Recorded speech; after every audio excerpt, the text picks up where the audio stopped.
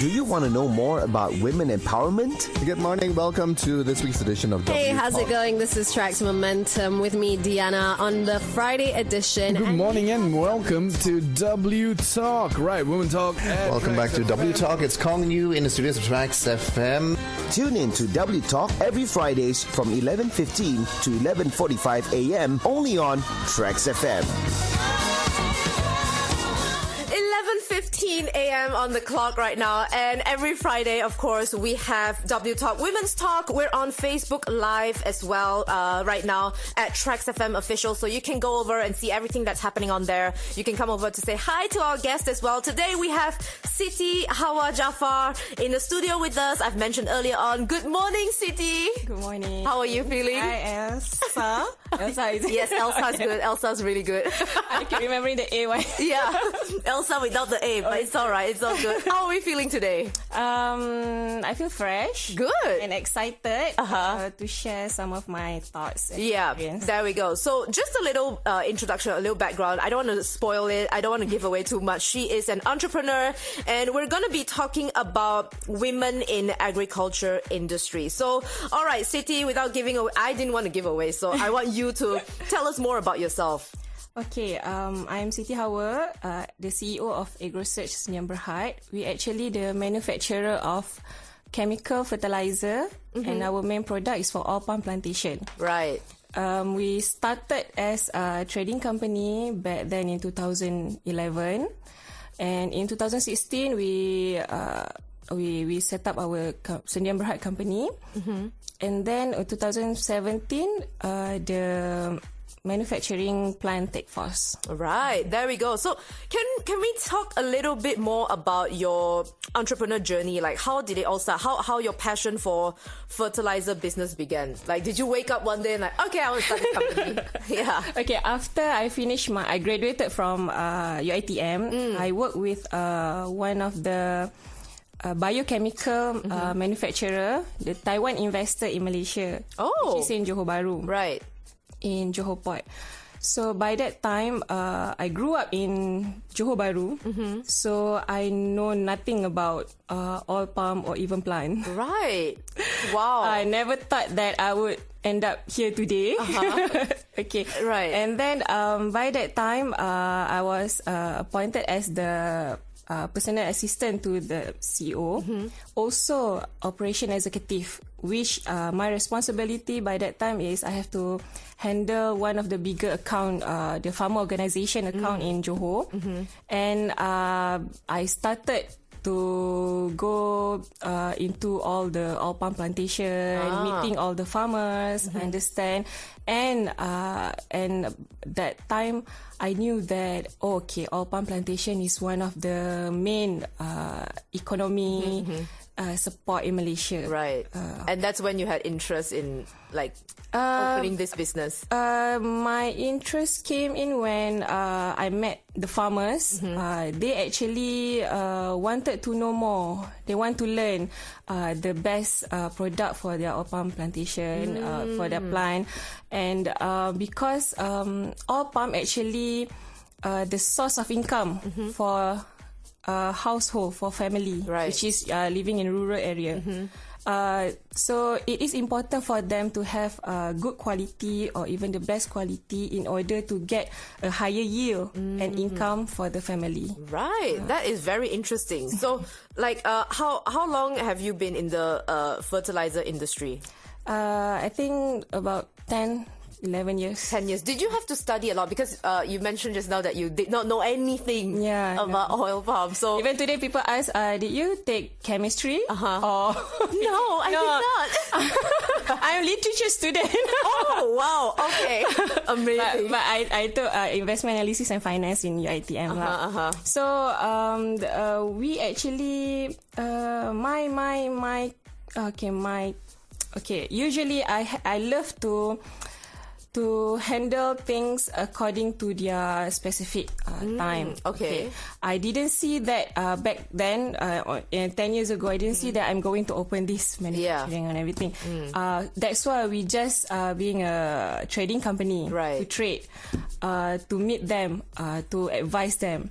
after a while, when we see that in 2012, I quit my job and focus 100% in this business. So we have to compete with other products. Right. And by that time, we sold one product with existing company. So we have to compete with their own marketing team. So we make promotion here, then they don't necessarily buy from us. Right. They can buy for any other marketing team. Right. So in 2015, I decided that we have to make our own brand. We have to be niche. We have to be different from other brands. Yes. So I went to OEM factory to produce the fertilizer using our own designated bag. So the issues there when the demand exceeds supply. The OEM factory cannot supply according to our plan. Right. We lost a few of our clients. They cannot wait any longer. So and then it come right away. Why don't we open our own factory? Right. Just like that. Just like but that. The work though, very of course, giving you so much. Yeah, when you're starting out, it's always like. Yeah, sometimes when you know you have to do something as an entrepreneur, we have to settle. We have to. When there is problems or issue, we cannot cry and lay down and think, oh, what gonna happen? We have to think through how we're going to settle it. Right. Wow, wise words from entrepreneur. Exactly. There we go. So, I mean, obviously, like I mentioned, right? You said you did not know anything about this. So, why did you choose fertilizer and not any other industry? Okay, I did try to venture into baking. Oh, into attire, make woman modest attire. Yes. But the passion was not there. Okay. It's not that when people said you cannot do that, you fail. You cannot achieve. It's not that you cannot proceed with what you do. It means that you fail. No. You haven't right, because you haven't tried a bit longer. You haven't tried any more other options. So, but by that time, I see that fertilizer giving us took most of our time, of course, day and night, 24/7. So I think that why don't we focus on this? Since we want to be a manufacturer, I have to learn how to make fertilizer. The ingredients, 90% of our raw materials are imported. Because it's mineral chemical. We don't have it here. Right. We cannot help it. Our land doesn't have it. Only one or two material we have. But most of it from overseas. For example, potash from Russia. Right. And now Russia shutting down all the shipping outside. So we have to control the issues with price hiking and short of raw material. So by that time, so my experience taught me that we have to focus on each and every along the way. Right. Not only seeing, the vision is important, but the mission, the smaller mission is also important. Exactly. So before you actually open this fertilizing business, right? So were you, because you mentioned baking and your attire, did you ever venture into that? Did you ever start that? Okay, I love doing it because I think my style, I have to have it hands-on. I have to do it myself. Right. So baking, I love to bake. Of course. That's why I ventured into it. Attire, because of course we're women, so I love to design my own. So, but the supply, the sewing and everything, I have to outsource from others. Also, I did try to venture into essential oil for cosmetic. Right. Still, by that time, I mix my own essential oil. I said I give it out to my friends for them to try on. But it was not that one. That's why manufacturing, I want to control. I want to have fully control on my product. From scratch until exactly. Understand? Faham? So, what's your vision of your fertilizer industry? Your company. What's your vision of that? Okay. Actually, at the moment, I think we are only about 20% from what I want to be. Oh, there is a lot to achieve. There is a lot to do. For example, we want to establish our in-house R&D. Our in-house R&D, the testing for our end product. Even I want to try to outsource ourselves the raw material, right? Because currently we have to base on third party. I think my vision is that maybe in 5 or 10 years later, we will directly communicate with people from there, bringing the material coming in. That's a very good vision. And you mentioned just now, you supplied a lot of chemical fertilizers from other factories before you made your own fertilizer. So what was the reason behind this move? As I was saying, that we have to compete with existing brand. And we cannot see where we are differ from others. So I love to understand which part that the farmers need. They are so different. They are very individual. Some people may need this type of product. Some people may need this type of product. And when we manage to provide them according what they need, I think that's why we want to manufacture ourselves. There we go. It's very creative, I would say. What you're doing is really actually very, very creative. And you're very smart. All right. Okay. We're going to take a quick break right now. You can join us on Facebook Live at TRAXXfm Official. And you can leave your comments on there. We'll be right back after this song break. Fancy a fresh cup of tea and scones? Then head on to Cameron Highlands. TRAXXfm 101.1. Be inspired, informed, and up to date. Tune in to Trax Momentum interview feature of the day at 11:15 a.m. Join us as we speak to our panel of guests on various topics. Health on Trax on Monday. Tuesday, Spectrum. Wednesday, What Matters. Face to face with our guests on Thursdays. And on Friday, tune in to W Talk. Trax Momentum, Monday to Friday, 10 a.m. to 2 p.m. only on TRAXXfm. You got it locked on the best radio station.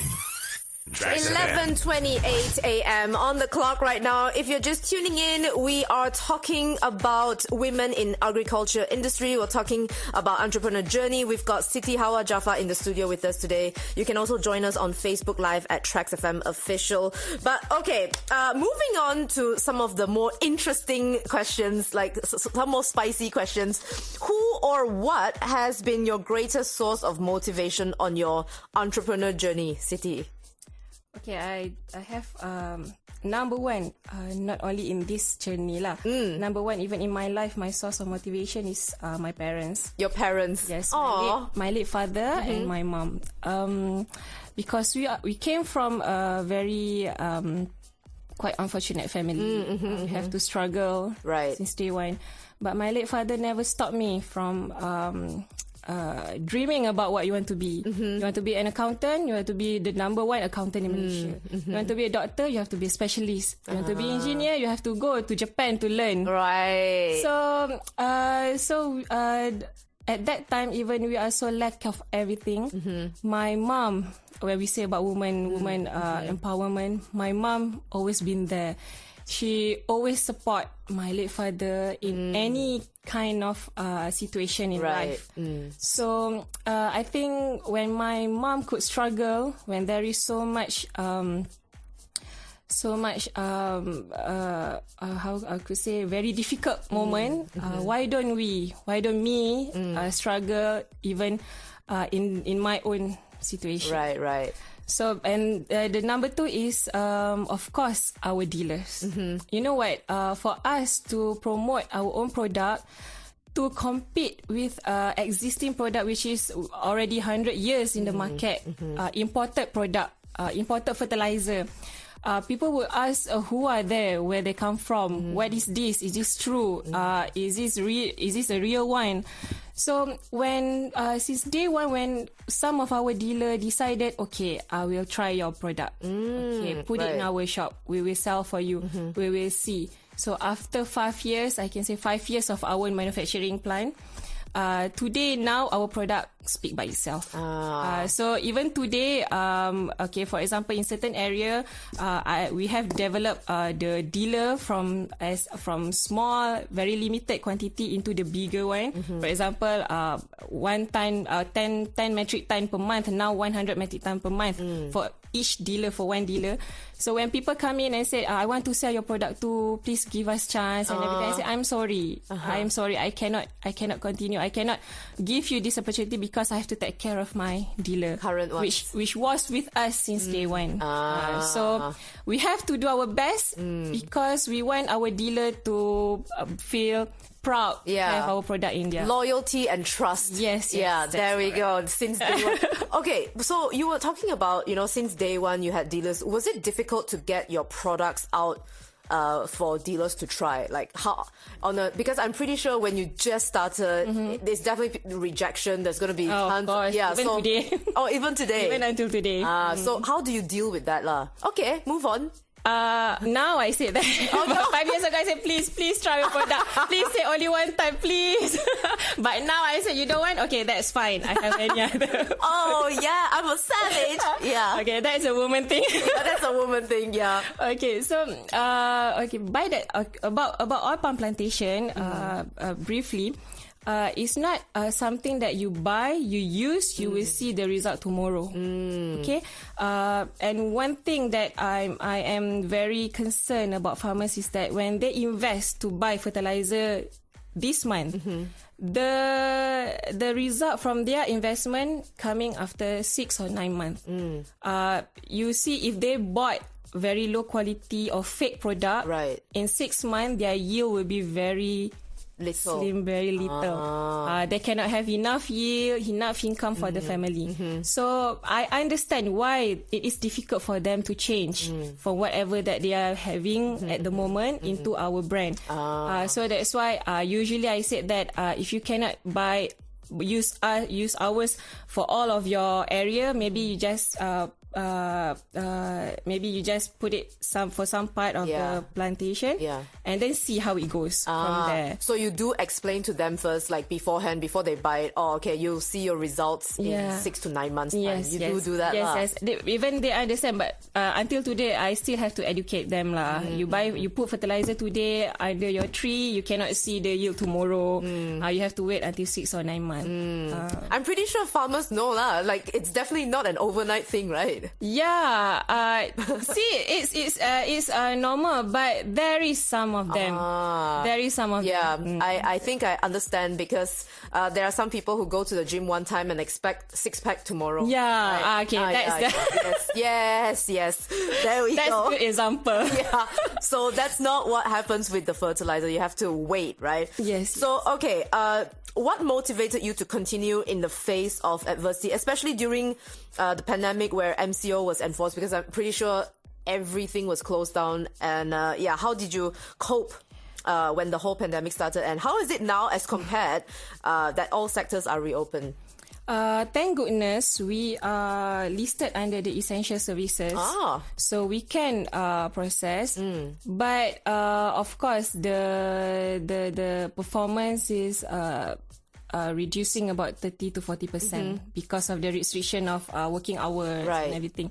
But during COVID, I think what motivates me the most is my employee. Because 10 years ago, it's about me and my family only. Right. But today, they have family to feed. Yes. They given us so much of their effort to the company. So I have to do my best for them. So they really inspire me and giving me motivation to survive. Right. You are a true entrepreneur spirit there. That's really good to hear.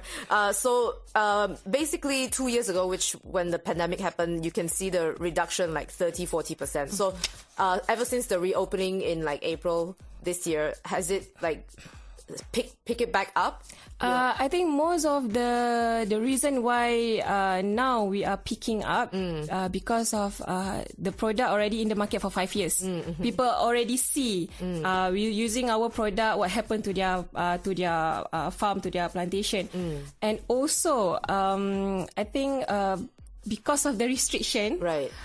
Those bigger manufacturer they have to limit their product to the open market. Right. I think we have to take opportunity of that situation, Yes. because our main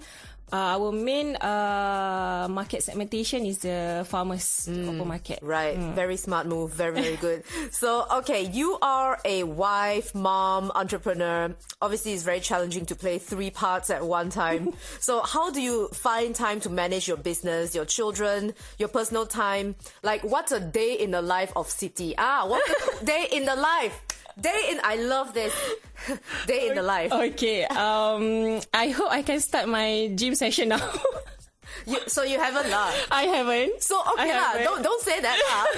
You haven't started. So okay, on a daily basis, how does your day look like? Okay.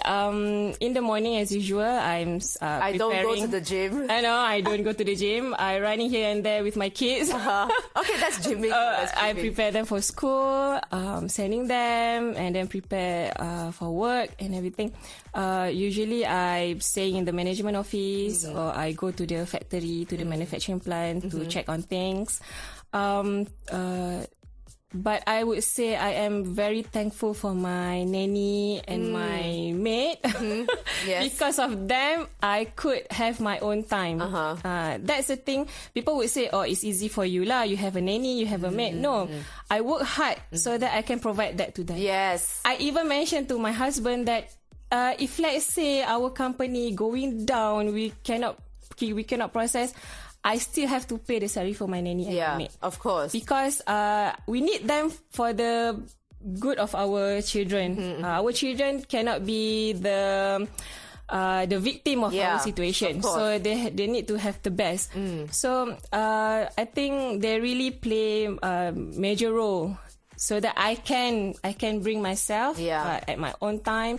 I can think further, think through for my business and everything. I like what you said just now, what you mentioned. I work hard for this so that I can provide this, you know?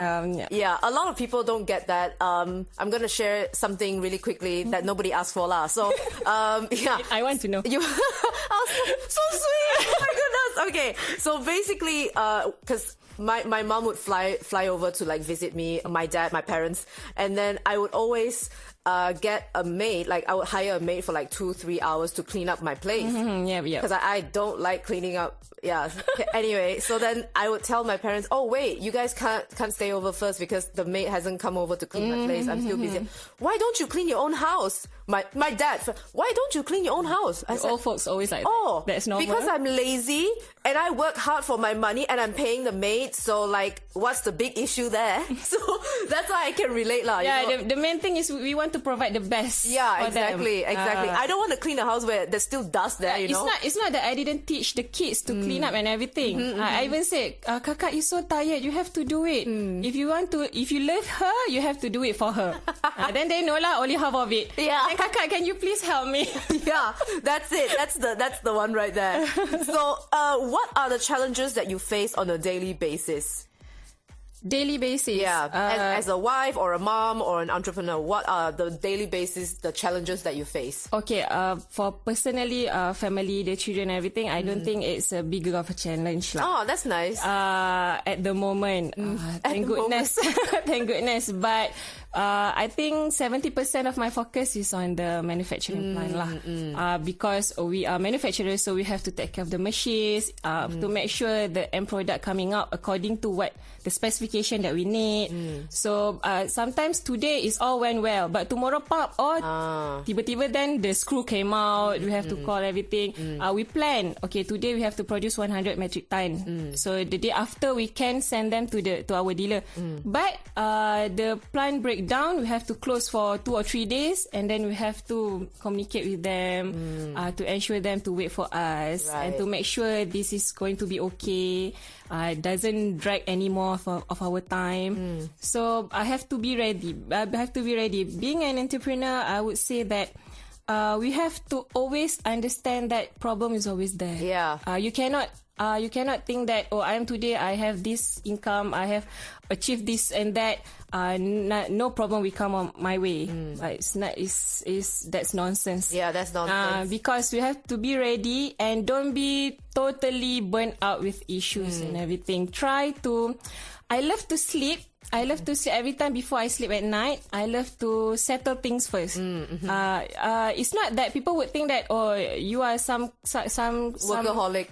Not workaholic. People will say that we have issues. Why are you relaxed? Why? Because I know I will do this and this and this until I've tried all the options. I will not cry. I have to test with all the options. If we cannot do this, we have to change our method. We have to go to plan B or C or D. Until then, when I knew that, okay, I cannot.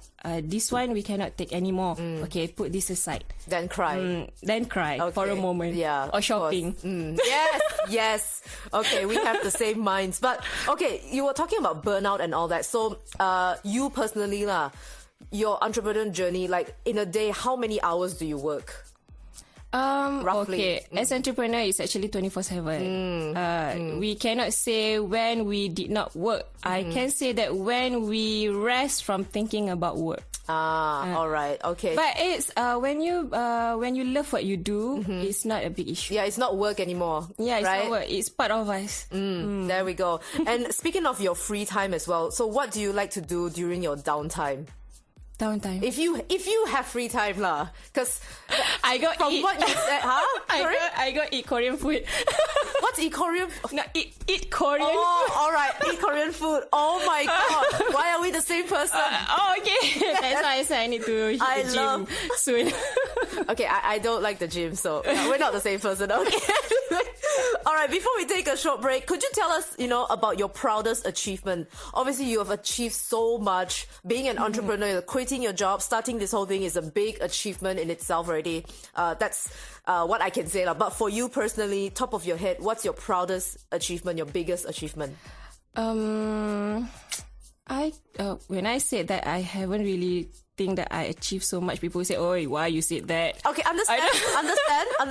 I know, but there is so much in my mind that I want to achieve. But today, I am thankful for what we have on the table.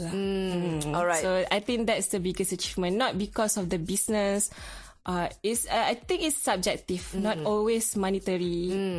It can be anything else. Even my kids, I can see them nowadays. They are in a good track where I want them to be. So I think that's the biggest achievement. Oh, that's really good. You're living in the now. Very, very good. So there we go. And we'll be talking more about your journey as an entrepreneur in a bit. We'll be taking a short break. We are also on Facebook Live right now at TRAXXfm Official, so you can post your comments on there. Be back in a bit. Be inspired, informed, and up to date. Tune in to TRAXX Momentum interview feature of the day at 11:15 a.m. Join us as we speak to our panel of guests on various topics. Health on TRAXX on Monday. Tuesday, Spectrum. Wednesday, What Matters? Face-to-face with our guests on Thursdays. And on Friday, tune in to W Talk. TRAXX Momentum, Monday to Friday, 10 a.m. to 2 p.m. only on TRAXXfm. Direct to your home, in the car, or at work with 50,000 watts of power and no satellite dish required.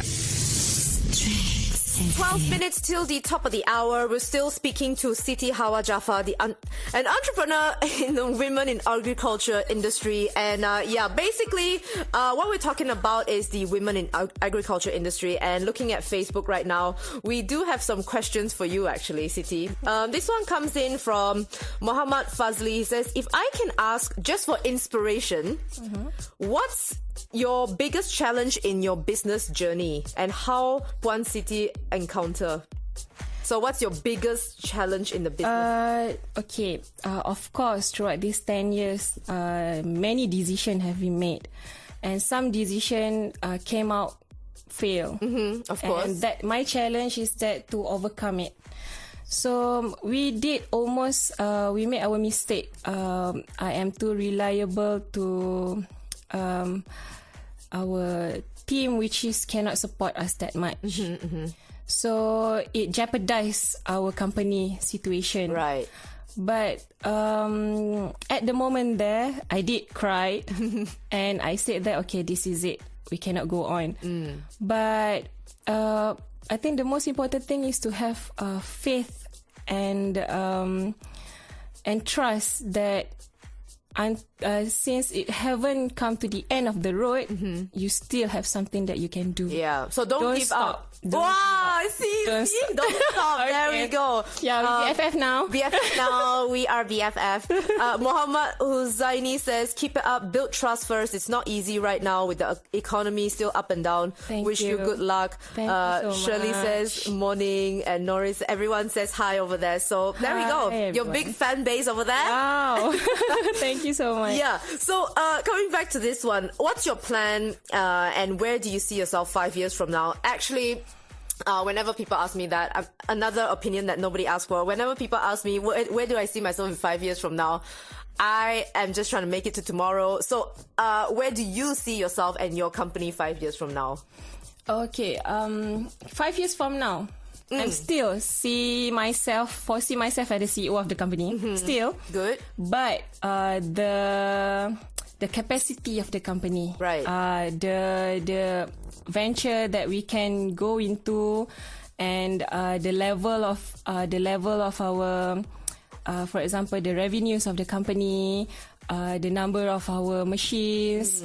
We want to make it more valuable, right? And I hope we can be one of the biggest fertilizer manufacturer in Malaysia. That's good. Definitely can foresee that. How do you keep yourself motivated, to achieve your goal? Not even to achieve your goal. How do you keep yourself motivated on a daily basis? Being thankful, I think. Wow. I think we have to be thankful for whatever that we have. Every day is not always a shiny day. Of course. Of course, there is rainy day. But I'm thankful of my circle, my family, my friends, right? My support group, my employees. So I am thankful for them. So I don't want to lose them. That's why that keeps me motivated. Wow. Wise words from Siti. But there we go. As we're coming to an end in this interview, what advice do you have for women, particularly those who want to pursue their ambition as an entrepreneur? Because you've given so many advice already, which I'm so thankful. I'm so thankful to hear that. So thank you so much. But what advice do you have for women who wants to be an entrepreneur? Okay, when people say about entrepreneur or business, people will see money. Right. Okay? But what came to me 10 years ago is about I want to provide the good quality for the farmers. So I didn't, that time, I think when we strive to give the best, money comes later. So in whatever business or whatever that you wanted to do, you plan to do, or you are doing now, sometimes you have to put aside the monetary decision. For example, you're making cakes. I have to put this so that people will love me, or I have to do this so that I will be different from others. It might cost you at the moment, but later it will benefit you so much. Wow, there we go. Wise words. And I'm really so happy to speak to you today. Siti, Hawa, Jaafar, an entrepreneur. Thank you so much for sharing your insights. Thank you. I am so humble and very grateful for this opportunity. We are BFF now, y'all. There we go. Thank you so much for sharing your thoughts, and we'll see you soon, okay? Thank you. All right. Feel the relaxing ambience of nature in Rompin Pahang. TRAXXfm 90.7.